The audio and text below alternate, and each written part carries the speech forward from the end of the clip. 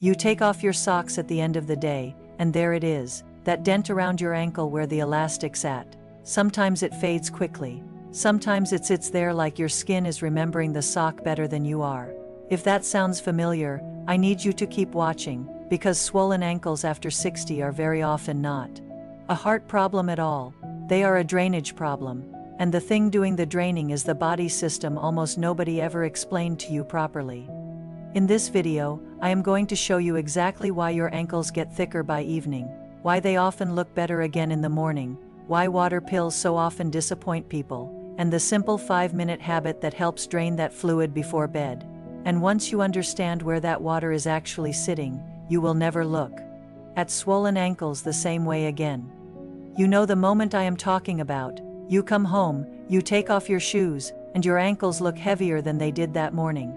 The top of your foot looks puffy, your calves feel tight. You press a finger into the skin and it leaves a little dent, like your leg has become soft bread dough. Then you mention it to someone and the first word out of their mouth is heart, or salt, or age. And yes, sometimes those things matter. Of course they do. But for a huge number of people over 60, the real problem is much simpler and much more fixable than that. The fluid is not sitting in your blood, it is sitting in your tissues, and that one sentence changes everything. Most people only know one body transport system: blood. Arteries take blood out, veins bring blood back, and the heart pumps the whole thing around whether you help it or not. Very efficient, very famous, but your body also has a second drainage system called the lymphatic system.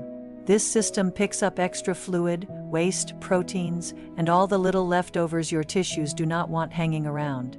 Then it has to carry that fluid back toward the bloodstream. Here is the part nobody tells people.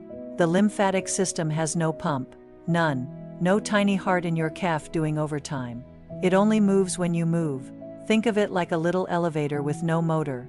Every time your calf muscles squeeze, every time your ankle bends, every time you walk, the elevator gets pushed upward a little. But when you sit still 4 hours, that elevator stops. The fluid just sits in your ankles like it has signed a lease there. At 30, your body gets away with this much more easily. The vessels are springy, the valves are tight, and one decent walk can get things moving again fast. After 60, the system gets slower. The vessels stiffen, the little one-way valves get leakier, the tissue around the ankles gets looser, so now more fluid leaks out during the day and less of it gets carried back up. The result is exactly what so many people see in the mirror every evening: ankles that look fine in the morning and thick by dinner.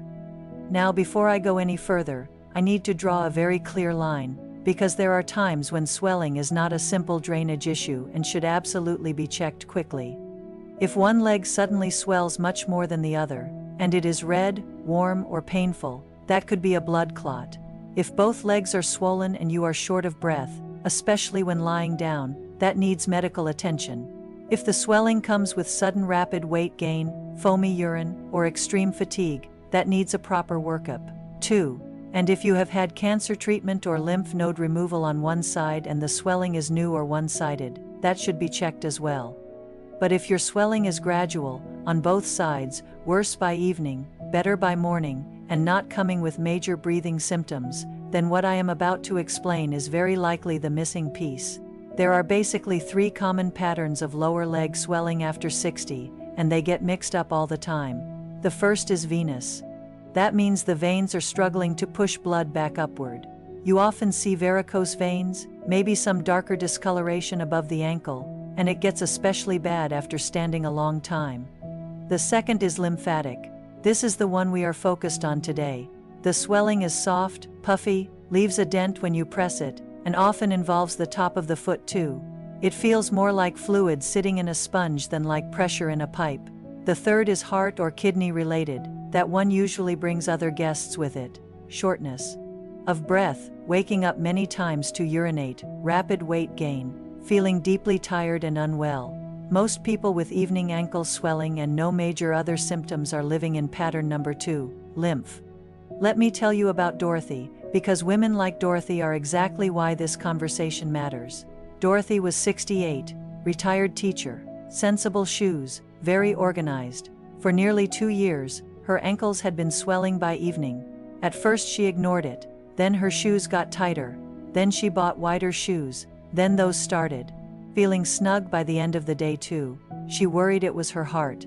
She got checked. Her heart looked fine, so she was given a water pill, and that is where a lot of people get stuck.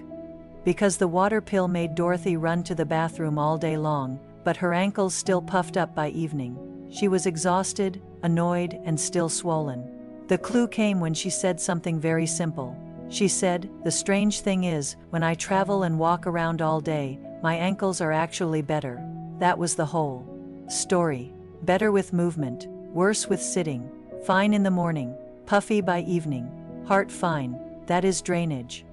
Here is what was happening in her body every day.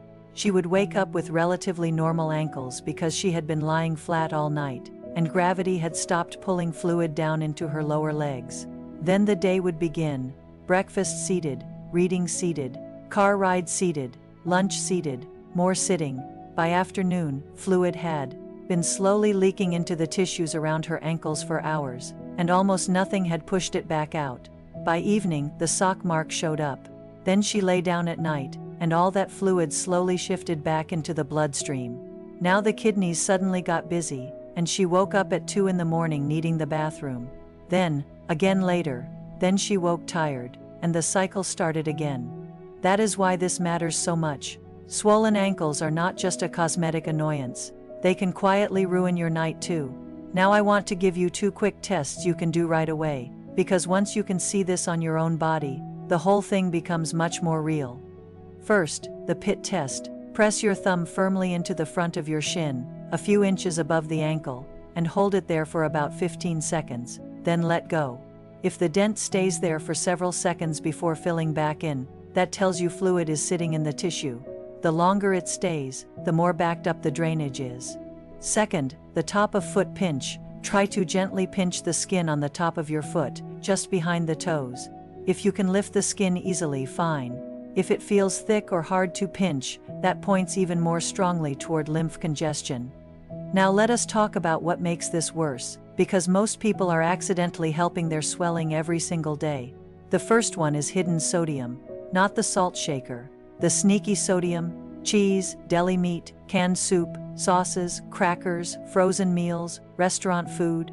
People think they are not eating much salt because they never add any at the table, and meanwhile the food itself came dressed as the Atlantic Ocean.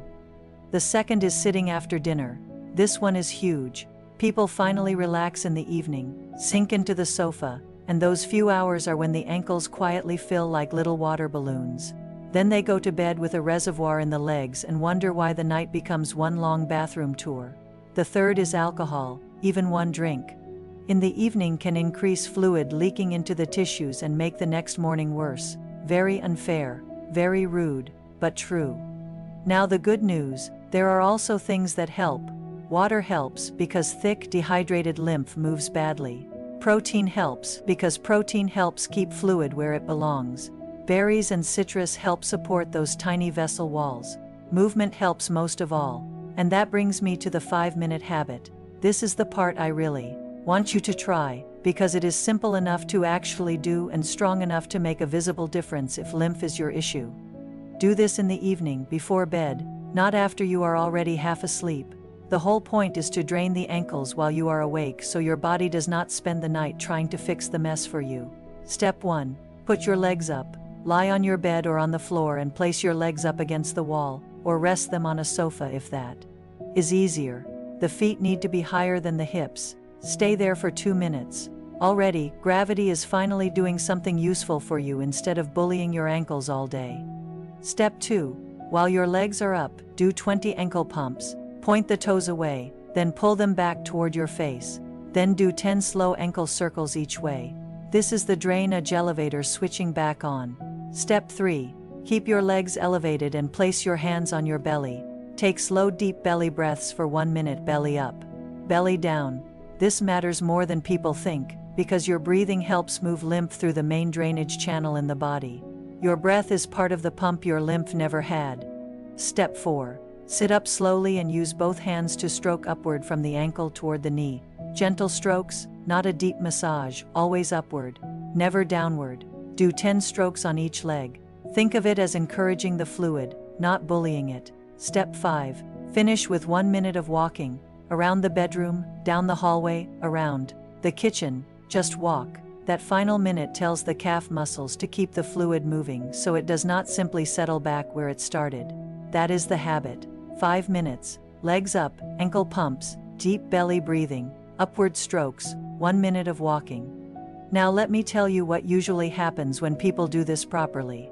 The first thing they notice is that the sock dents fade faster. Then the ankles feel lighter at night. Then the nighttime bathroom trips calm down because less fluid is dumping back into the bloodstream while they sleep. Then the shoes fit better in the evening. That is the usual order. Quietly first, then obviously. And if you want to make it work even better, there are 2 little add-ons that help a lot. First, do 20 ankle pumps before your feet touch the floor in the morning. That gets the drainage system moving before gravity gets dramatic. Second, take a slow 5-minute walk before dinner. Not after, before. That helps stop the evening reservoir from building so much in the first place. So let me bring this all together. If your ankles swell by evening, leave dents from socks, look better in the morning, and get worse with sitting, there is a very good chance you are dealing with a drainage problem, not a heart problem. Your blood system has a pump. Your lymph system has you. And if you do not move it, it does not move. That is why this 5-minute habit works. It helps drain the fluid before bed instead of leaving it there to cause trouble all night.